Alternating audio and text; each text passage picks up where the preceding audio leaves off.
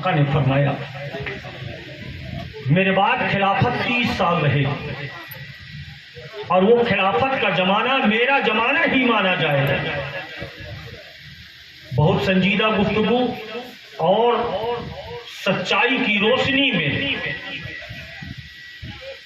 मुस्तफ़ा ने फरमाया था कि मेरे बाद खिलाफत 30 साल रहेगी और वो जमाना मुस्तफ़ा का ही जमाना माना जाता है। क्यों?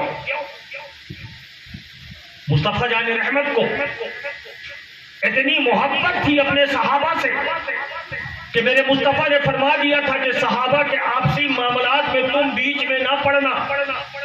अरे लोगों, सहाबा के आपसी इख्तलाफ पर तुम्हें बोलने का कोई हक नहीं है, लेकिन अफसोस क्या आज सहाबा के मामले चाय की दुकानों में तय किए जा रहे हैं। हमें हक नहीं है प्यारे, हमें तो अपनी पढ़ी होनी चाहिए।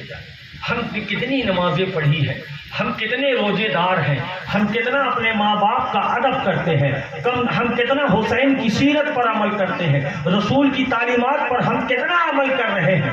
हमें यह देखना है कब्र में हमारे मामलात का हमसे सवाल जवाब होगा।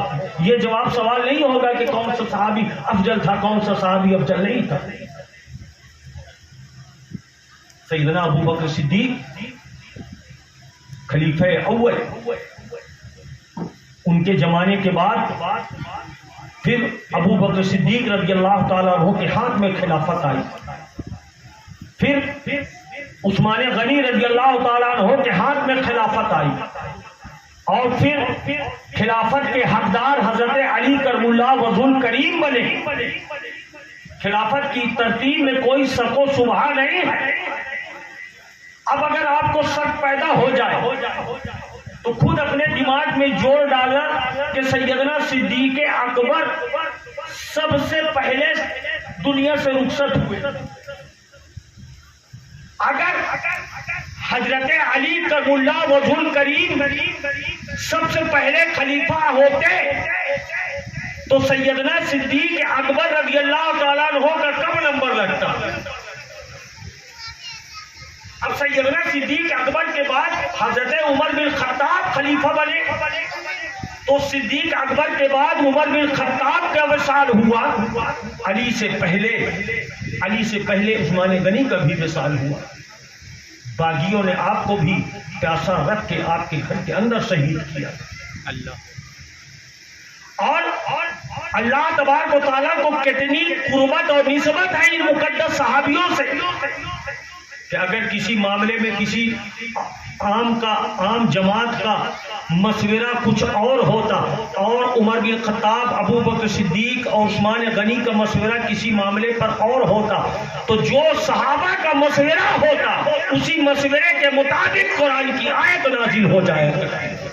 इससे पता चला कि अल्लाह के नजदीक सहाबा इकराम रिज़वानुल्लाह ताला अलैहिम अजमईन की बड़ी शान है और सहाबा के भी बड़े बड़े मर्तबे हैं। 6 या 7 किस्म के सहाबा हैं। अदना दर्जे के सहाबा के मकाम को कोई बड़ा से बड़ा वली छू नहीं सकता। और रसूल ने खुद फरमाया कि मेरे सहाबा के ऊपर लान तान करने वाला जहन्नम के कुत्तों में से एक कुत्ता है। तो इन उमर बिन खत्ताब, अबू बकर सिद्दीक, उमर बिन खत्ताब, उस्मान गनी और हजरत अली करमुल्लाह वज़ुल करीम का विसाल जब हुआ तो 29.5 साल हो गए। उसके बाद 6 महीने के लिए खलीफा हजरत इमाम हसन रज़ी अल्लाह ताला अन्हु को बनाया गया। लेकिन हजरत इमाम हसन के जमाने में अब्दुल्ला इब्न सबा का फैलाया हुआ एक ऐसा फितना, वो अब्दुल्ला इब्न सबा जो यहूदी था उस्मान गनी के जमाने में इस्लाम कबूल किया और ऐसा फितना बर्पा किया उम्मत के बीच, ऐसा फितना बर्पा किया कि अली के पास जाता तो अली वालों को भड़काता, उस्मान गनी के पास जाता तो उस्मान गनी को भड़काता, हजरत मीर माविया के पास जाता तो हजरत मीर माविया के जानिसारों को भड़काता। तो हजरत मीर माविया के जानिसार इकट्ठा हो गए, इमाम हसन के जानिसार इकट्ठा हो गए। दोनों गिरोहों के बीच में ऐसा था कि खूनेजी हो जाएगी। इख्तलाफ बढ़ गया, यूं लगा कि तलवारें निकल आएंगी। इस्लाम के दामन में वैसे भी बहुत सारे खून के दाग पड़े थे। न जाने इतनी जंगें उस वक्त हो चुकी थी कि इस्लाम की आबादी कम होने के कगार पर पहुंच गई थी। 40,000 जानिसार इमाम हसन के खड़े हो गए। आका, खिलाफत आपके घर की जागीर है। उधर मुल्क शाम में अमीर माविया के चाहने वाले, हजरत अमीर माविया के ना चाहते हुए भी अमीर माविया से मोहब्बत रखने वाले, हजरत अमीर माविया के चाहने वाले खड़े हो गए कि उस्मान गनी के कत्ल का बदला नहीं लिया गया। खिलाफत आपकी है, आप खिलाफत संभालिए।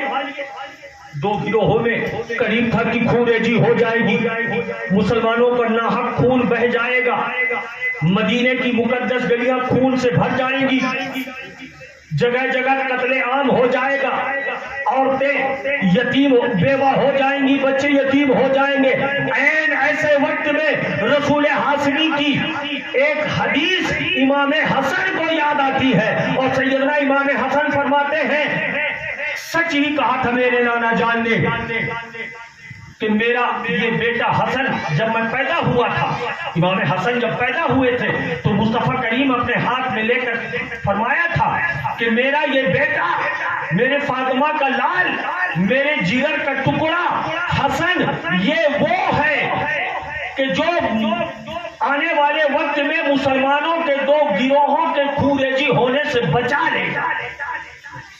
उसी हदीस के मद्देनजर, क्योंकि वो हसन मुस्तफा थे, उनकी रगों में कुरान और हदीस बसा हुआ था। उनकी परवरिश सैयदा फातिमा ने चक्की पीसते वक्त भी कुरान की तिलावत की थी, लुकमा खिलाते वक्त भी कुरान की तिलावत के साथ उन्हें लुकमा खिलाया गया था, कपड़े पहनाते वक्त भी दरूद पाक की नजरानों के साथ कपड़ा पहनाया गया था। लोरी सुनाते वक्त सैयदा फातिमा ने नींद की आगोश में अपने बच्चों को ले जाते वक्त कुरान की आयत की तिलावत की थी। तो कुरान और हदीस इमाम हसन को बेहतर याद है, हमें नहीं। इमाम हसन ने हदीस के मुताबिक हजरत अमीर माविया को बुलाया और खिलाफत सौंप दी। और हजरत अमीर माविया जबरदस्त आशिक़े रसूल थे। ये तो एक मजबूरी थी हुकूमत की कि मुसलमानों के दो गिरोहों के बीच में खूनरेजी न हो जाए। हजरत अमीर माविया जबरदस्त आशिक़े रसूल, आपने हुकूमत की तरफ से इमाम हसन और अहले बैत के लिए नजराने मुकर्रर किए कि जब तक अच्छा खाना हसन और उनके आल न खा लेंगे, हुसैन और उनकी औलादें जब तक अच्छा खाना नहीं खा लेंगे, हम अच्छा खाना नहीं खाएंगे। बहरहाल हजरत अमीर माविया का भी विसाल हुआ। विसाल के वक्त यजीद जैसा बदबख्त, यजीद जैसा फासिक खलीफा बना।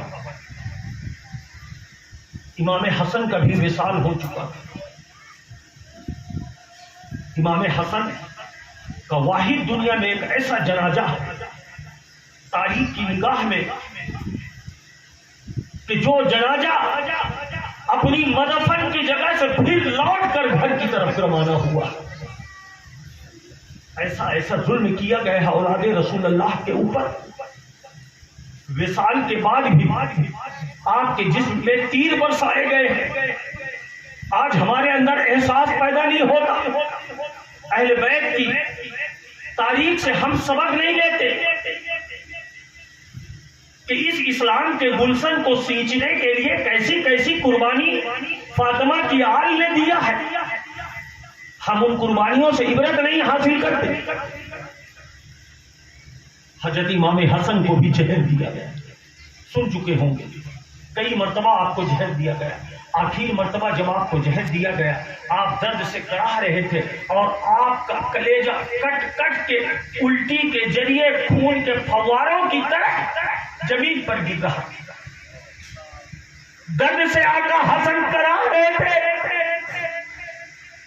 पहले जब आपको कोई तकलीफ होती थी तो आप रसूलुल्लाह के दरबार पर हाजिरी देते थे और कब्रे रसूल से अपने जिस्म को मस किया करते थे तो आपका दर्द दूर हो जाया करता था। लेकिन आज हसन मदीने के नजदीक नहीं है। अब हसन की मौत का वक्त करीब है। आका हसन ने अपने भाई हुसैन को बुलाया। इमाम हुसैन ने पूछा था, भैया बता दीजिए आपको जहर किसने दिया? लेकिन वाह रे हसन और हुसैन का सब्र, वाह रे हसन और हुसैन की परवरिश, वाह रे फातिमा का खून और अली का, फातिमा का दूध और अली का खून। इसलिए कहा जाता है कि जमाने मुस्तफा का मुशाहिदा करना हो तो आईने जमाने खुदाबंदी का मुशाहिदा करना हो, अल्लाह के जमाल को देखना हो तो आईने जमाले मुस्तफा को देखना होगा। और आईने जमाले मुस्तफा का अगर मुशाहिदा करना हो, मुस्तफा के जमाल को देखना है तो आईने जमाले हसनैन करीमैन को देखना पड़ेगा। मुस्तफा की सीरत, हसनैन करीमैन की सीरत, मुस्तफा का चलना, हसनैन करीमैन का चलना, मुस्तफा का बोलना, मुस्तफा की गुफ्तगू, मुस्तफा की रफ्तार, मुस्तफा की तालीम, मुस्तफा का सहाबा के बीच में बैठकर तालीम देना, हदीस का कुरान का दर्स देना, ये सब कुछ मुसाहिबत करता था इमाम हसन और इमाम हुसैन से। इसीलिए कहा जाता है नबी के ये दो शहजादे जिस्मन नहीं बल्कि मानन भी मुस्तफा जाने रहमत की सभी यानी टू कॉपी है। अल्लाहु अकबर, या रसूलल्लाह, जिंदाबाद जिंदाबाद जिंदाबाद। वक्त भी ज्यादा गुजर रहा है, 12 बज रहा है, बस चंद मिनट गुफ्तगू समेट कर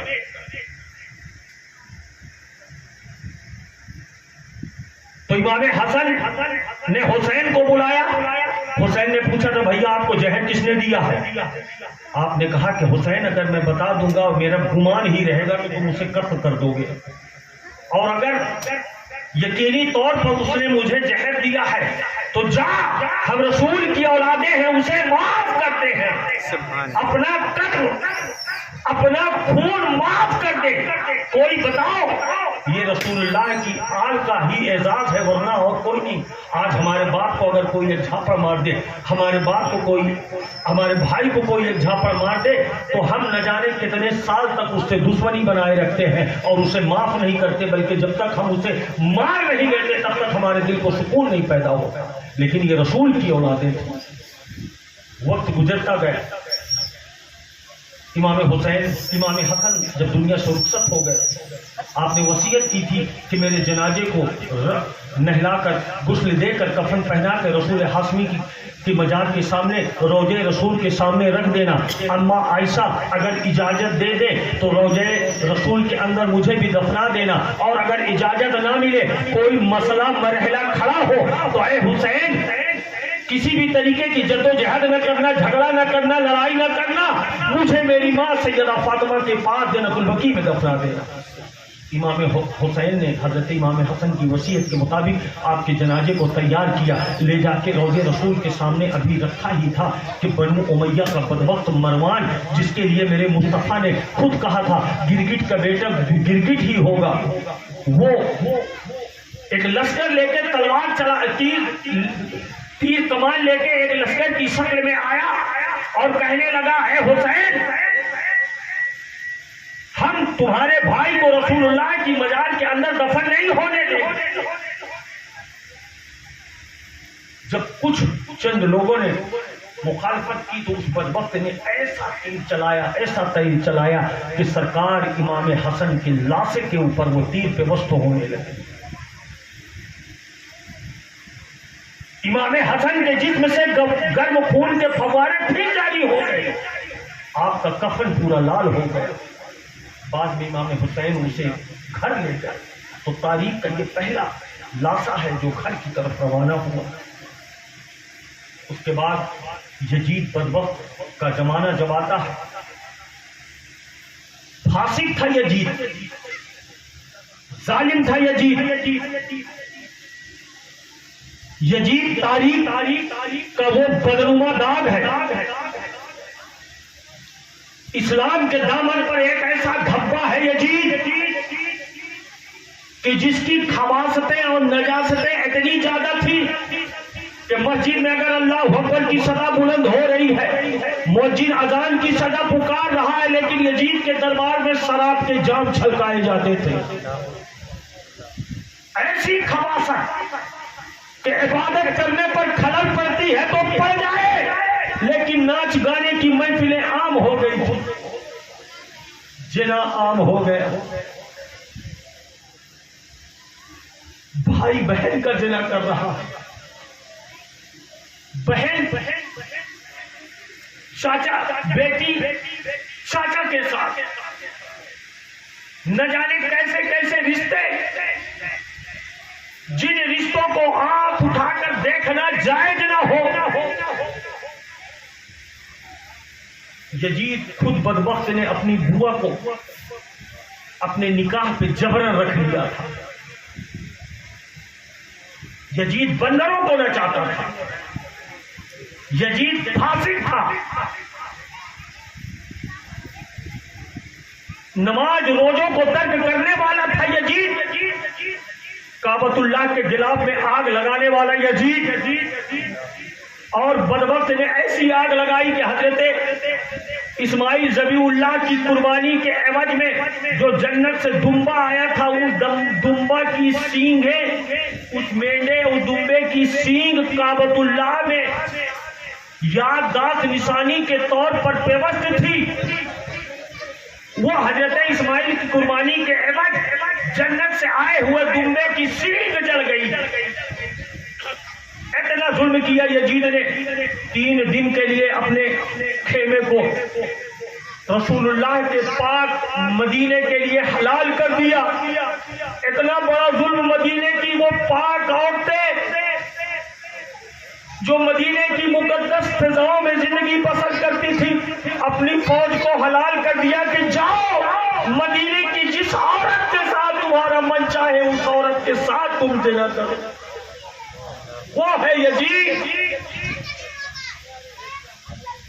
मस्जिद नबी की वो मुकद्दस सुतून कि जहां पर खता हो जाने पर सहाबा अपने आप को उन सुतूनों पर बनवा कर मुस्तफा जाने रहमत से माफी की दुआएं किया करते थे। उस यजीद के लश्कर ने बदबख्त ने मदीना मुकद्दस मदीना मुनव्वरा के मस्जिद नबी की मुकद्दस सुतूनों पर घोड़े और गधे बनवाए। मिंबरे रसूल पर उस यजीद की फौज से गंदगी इतनी हुई कि मिंबरे रसूल से चीखने की आवाजें आने लगी। हजरत सईद इब्न मुसय्यब रज़ियल्लाहु ताला अन्हु सहाबी रसूल मजनू और पागल बन के मिंबरे रसूल के नीचे छुप गए थे। बाद में आप फरमाते हैं कि जितने दिन तक मस्जिद नबी पे नमाज और अजान नहीं हुई, उतने दिन तक मस्जिद नबी से नमाज के वक्त चीखने की और रोने की आवाजें आया करती थी। ऐसा जुल्म करने वाला यजीद चाहता था कि रसूल का नवासा हुसैन मेरे हाथ में हाथ दे दे, और हुसैन वो है कि जिनकी रगों में कुरान का इल्म बह रहा हो, जिसने हदीसों कुरान की रोशनी में जिंदगी के एक एक अय्याम गुजारे हो।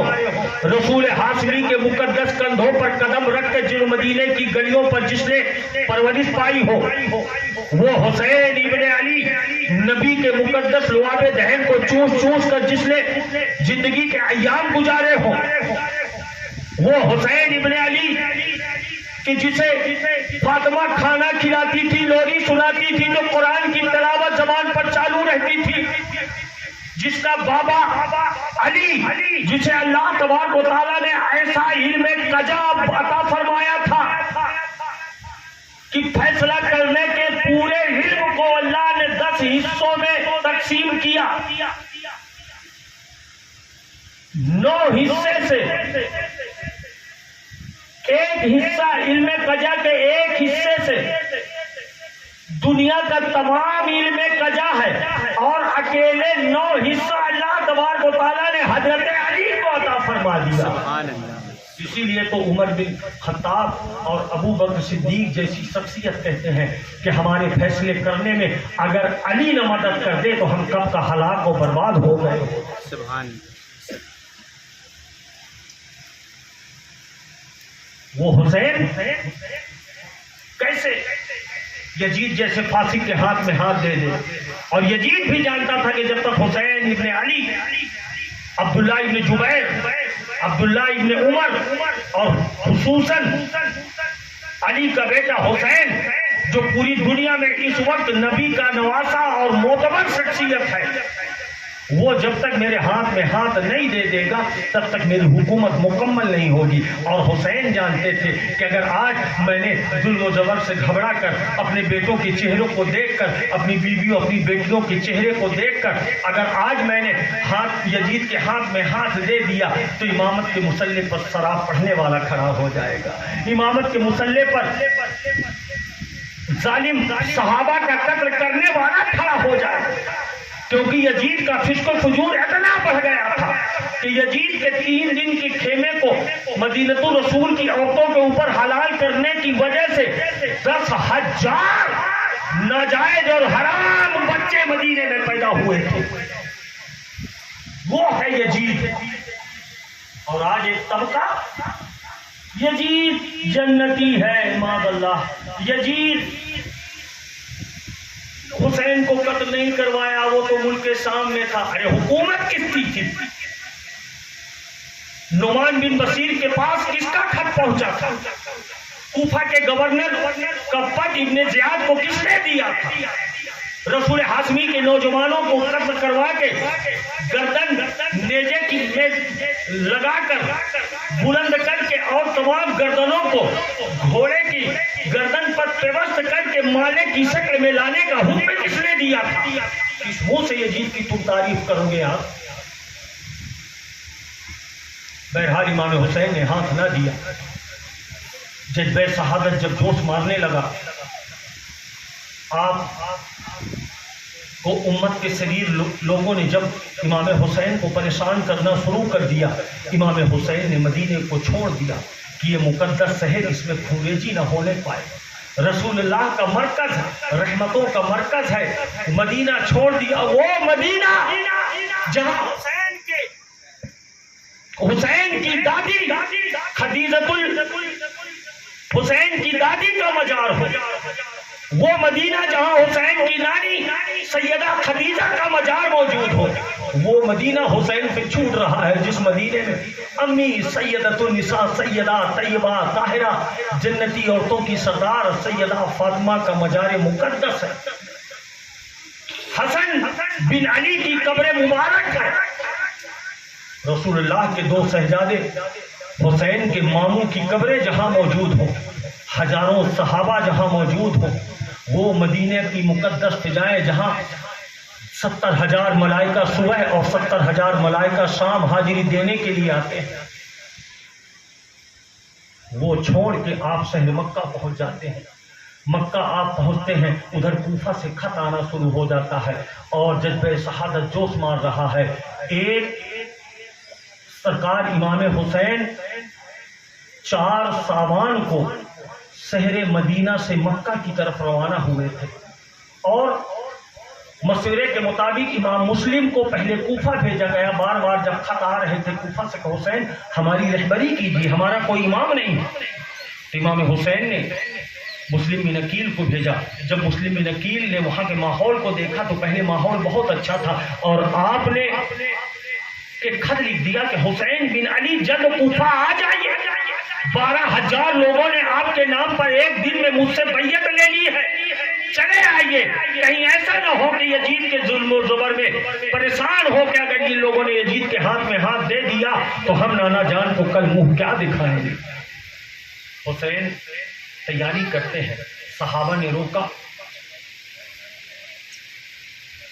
ऐ इब्ने रसूलुल्लाह आप ना जाएं, कूफा वो शहर है जहां अपने आपके भाई को धोखा दिया गया है, आपके वालिद अली मुर्तजा को धोखा दिया गया है, कूफियों की दगाबाजी मशहूर है, आप मत जाए। ऐसा कहते कहते लेकिन जज्बे शहादत जोश मार रहा था। क्योंकि हुसैन की शहादत की खबर हुसैन की पैदाइश के वक्त ही आ गई थी। और जिसकी शहादत, जिसकी मौत की जहाँ मुकर्रर वक्त और मुकर्रर जगह मुकर्रर होती है, किसी न किसी जरिए, किसी न किसी बहाने से इंसान वहाँ पहुँच जाता है। हुसैन मुस्कुरा रहे हैं, हुसैन के अंदर आवाज आ रही है, हुसैन के कानों में आवाज आ रही है। और हुसैन ने कब सफर किया? 8 जिलहिज को। पूछिए हाजी साहब से कि 8 जिलहिज वो मुकद्दस तारीख होती है कि जिस तारीख में मर्दाने हज सर पे कफन बांध के काबे के तवाफ के लिए यानी हज के अरकान शुरू हो जाते हैं। लेकिन काबे का ये मुहाफिज, दुनिया काबे की तरफ जा रही है, काबे का मुहाफिज काबे से निकल के कूफा की तरफ जा रहा है। क्यों? क्योंकि रसूलुल्लाह की सदा गोया उनकी कान में बुलंद हो रही है। रसूल हाशमी की तरबियत और नाना जान से किया हुआ वो वादा याद आ रहा है कि मेरा बेटा ये हुसैन वो है जिसे मेरा ही कलमा पढ़ने वाले 3 दिन का भूखा प्यासा रख के करबला के मैदान में मेरे चाहने वाले, मेरा ही कलमा पढ़ने वाले जुल्म जफर की तलवार के नीचे 72 जानिसारों के साथ शहीद कर देंगे। हुसैन को ये बात मालूम थी, लेकिन वाह रे कलेजा हुसैन का, जिगर हुसैन का। हुसैन 8 जिलहिज को शहर मक्का से निकलते हैं, गोया आवाज आ रही थी, ऐ हुसैन तुम तो हज कई मर्तबा कर चुके हो, अब तो हज अकबरी करने का मौका आ रहा है। ऐ हुसैन, जिस काबे के तवाफ के लिए दुनिया भर से लोग आ रहे हैं, उस काबे की अजमत को काबे से बाहर निकल कर तुम्हें बचाना है। ऐ हुसैन, जिस कुर्बानी की बुनियाद मीना के मैदान में तुम्हारे दादा इब्राहिम और इस्माइल ने रखी है, उस बुनियाद पर महल तामीर करने का मुकम्मल वक्त करीब आ गया है। ऐ हुसैन, तुम्हारे दादा इस्माइल और इब्राहिम की कुर्बानी का बदल पेश करने के लिए उनकी निशानी के तौर पर आज लोग भेड़, बकरी, दुम्बे और जानवर कुर्बान करते हैं। लेकिन हुसैन, उस कुर्बानी पे महल तामीर करने के लिए तुम्हें अली असगर को कुर्बान करना पड़ेगा, अली अकबर को कुर्बान करना पड़ेगा। हम सबीरे पैगंबर की लाश को तुम्हें कांधे पर उठाकर लाना पड़ेगा। अपने भाई के कटे हुए जिस्म को, अब्बास अलंबरदार के कटे हुए बाजुओं को समेट कर हुसैन तुम्हें हज अकबरी अदा करना होगा। ऐ हुसैन उठो, यहाँ भेड़ बकरियों की कुर्बानी नहीं देना, बल्कि औलादों की कुर्बानी देना है, बेटों की कुर्बानी देना है, भतीजों की कुर्बानी देना है, और खुद आखिर में राहे खुदा में अपने आप को शहीद हो जाना। उसी कुर्बानी का बदल पेश करने के लिए हुसैन कूफा की तरफ जाते हैं। 2 मुहर्रमुल हराम को कूफे की आप अभी करबला की वादी में पहुंचते ही हैं, नैनवा पहाड़ी के नज़दीक पहुंचते हैं कि हुर बिन यजीद रियाही आता है और आपको कहता है कि हुसैन, आपको चटियल मैदान की तरफ घेर कर रखने का हमारे अमीर इब्न ज़ियाद का हुक्म है। बहरहाल आपको घेर लिया जाता है। 3 दिन मुसलसल इमाम हुसैन और अपने 72 जानिसारों के साथ शहर करबला के उस बियाबान में सफर करते हैं। रात भर सफर करते थे और सुबह जब होता था तो उसी जगह पर। बड़ा ताज्जुब हुआ, किसी राहगीर से दिन को आका हुसैन ने पूछा कि बताओ ये जगह कौन सी है। तब उसने बताया कि ये है मैदाने करबला। बस आका हुसैन अपनी सवारी से उतर कर कहते हैं, सच ही मेरे बाबा जान हजरत अली ने कहा था कि हुसैन, करबला से निकल कर अब तुम कहीं नहीं जा सकते। यही है मेरा मरकज, यही है मेरा मस्कन। मेरे बाबा ने बताया था यहाँ अब्बास अलंबरदार के बाजू कटेंगे, यहाँ अली अकबर का लाशा पड़ा रहेगा, यहाँ कासिम की जवानी खाको खून में तड़पा दी जाएगी, यहाँ जैनब और सकीना और उम्मे रुबाब, उम्मे लैला के हाथों पर हथकड़ियां डाली जाएंगी, यहाँ प्यास से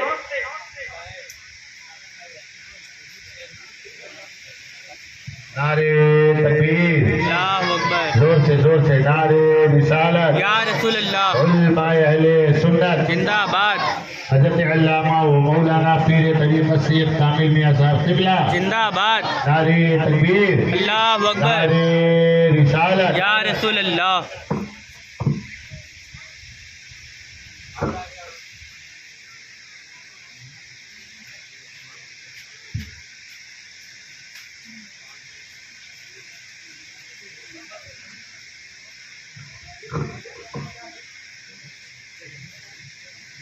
तीन दिन का भूखा, 3 दिन का प्यासा मेरा हुसैन आखिरकार अपना हाथ ना दिया। बहुत सारे वाक़यात हैं सरकार इमाम हुसैन के मक्का शहर से निकल के कूफा करबला तक पहुंचने के दरमियान बहुत सारी मुलाकातें, बहुत सारे मामले हैं। इंशाअल्लाह रहमान आपको मौलाना अशरफ साहब की जबानी आपने सुना होगा। इंशाअल्लाह रहमान और भी आगे के वाक़यात को सुनेंगे। और वक्त ज़्यादा हो रहा है, 65 साल 5 माह 6 दिन की उम्र गुजार के मेरा हुसैन करबला के तपते हुए लालाजार में पहले सहाबा को शहीद करके, ताबईन को शहीद करके, अपने बेटों को शहीद करके, भतीजे को शहीद करके, नबी करीम के अमामे को सर में सजा के, हसन इब्ने अली का पटका अपनी गर्दन पे छाती पे बांध के, जाफर तैयार के नेजे को लेके आज शहादत का दूल्हा बना और करबला में वही हक अदा किया जो मुस्तफ़ा जाने रहमत ने ताइफ के बाजार में पत्थर लगने पर भी किसी को बद्दुआ न दी थी। हुसैन इब्ने अली ने पहले हुज्जत कायम की, इसके बाद जब लोगों ने नहीं माना तो ऐसी जंग लड़ी, ऐसी जंग लड़ी, हुसैन इब्ने अली की मलाइका की चीखें निकल गई और आपके जिस्म पर जरा बिन शरीक ने जब एक ऐसी तलवार मारी कि आपका हाथ घायल हुआ, आप बाएं हाथ से तलवार ले लिए तो सिमर बदबख्त ने आपके ऊपर फिर तीर का वार किया। उसके बाद खोली सिमर जैसे बदबख्तों ने घेर कर आवाज दी थी, ये हुसैन इब्ने अली है। जब इनके बच्चों ने बगैर पानी पिए, बगैर खाना खाए अली अकबर अली असगर ने एक वार में 18 यजीदियों को शहीद कर दिया। तो अगर इनसे तनहा लड़ोगे तो तुम्हारी बीवियां बेवा हो जाएंगी, तुम्हारी औलादें यतीम हो जाएंगी। और मेरे हुसैन को घेर के जब जमीन पर गिरा दिया गया, मेरा हुसैन ऐसा गिरा कि आपकी छाती मुबारक आंगी है। बदबख्त सिमर आपकी छाती के बाद जैसे आया है, 72 जख्मों से जिसमें चूर चूर है, हड्डियां टूट चुकी है, जिसमें से खून के फव्वारे जारी हुए हैं। आप इमाम आली मकाम ने अपनी पूरी जोरे यदुल्लाही लगाकर अपने जिस्म को पलटा और कहा कि बदबख्त, क्या तुझे ये पता नहीं कि हमको सजदों से कितना प्यार है, सजदों से कितनी मोहब्बत है। जंग की रात आज ये 9वीं मुहर्रमुल हराम की रात है, जिस रात के लिए इब्ने ज़ियाद इब्ने साद ने आकर कहा था 9वीं मुहर्रमुल हराम की शाम को कि हम आज ही जंग लड़ेंगे, लेकिन हुसैन ने कहा था कि नहीं, हम 9वीं मुहर्रम है आज जंग नहीं लड़ेंगे, आज की रात हम मोहलत चाहते हैं। दुनिया जानती है कि हमें सजदों से कितना प्यार है, हम आज की रात अल्लाह की बारगाह में और सजदे करना चाहते हैं और इबादत और इबादत करना चाहते हैं। कसम खुदा की, अहले बैत अतहार के उन शेरों ने रात भर ऐसी कोई तरकीब नहीं इस्तेमाल की कि मौत से बच जाए, बल्कि खूब सजदे किए, खूब इबादतें की, खूब तस्बीह की, औरतों ने भी तस्बीह की, खूब नमाजें पढ़ी, अल्लाह का शुक्र अदा किया कि अल्लाह हमारी शहादत और हमारी इस कुर्बानी को कबूल फरमा ले। जो दिल में हो बे औलादे पैगंबर लेके बैठे हैं। सुभान अल्लाह। बोर तो नहीं हो रहे भैया, बहुत टाइम हो रहा है। जो दिल में हो औलादे पैगंबर लेके बैठे हैं, समझ लो अपने दिल में गुंबदे खज़ेरा लेके बैठे हैं। वो अपने दिल में एक अनमोल तोहफा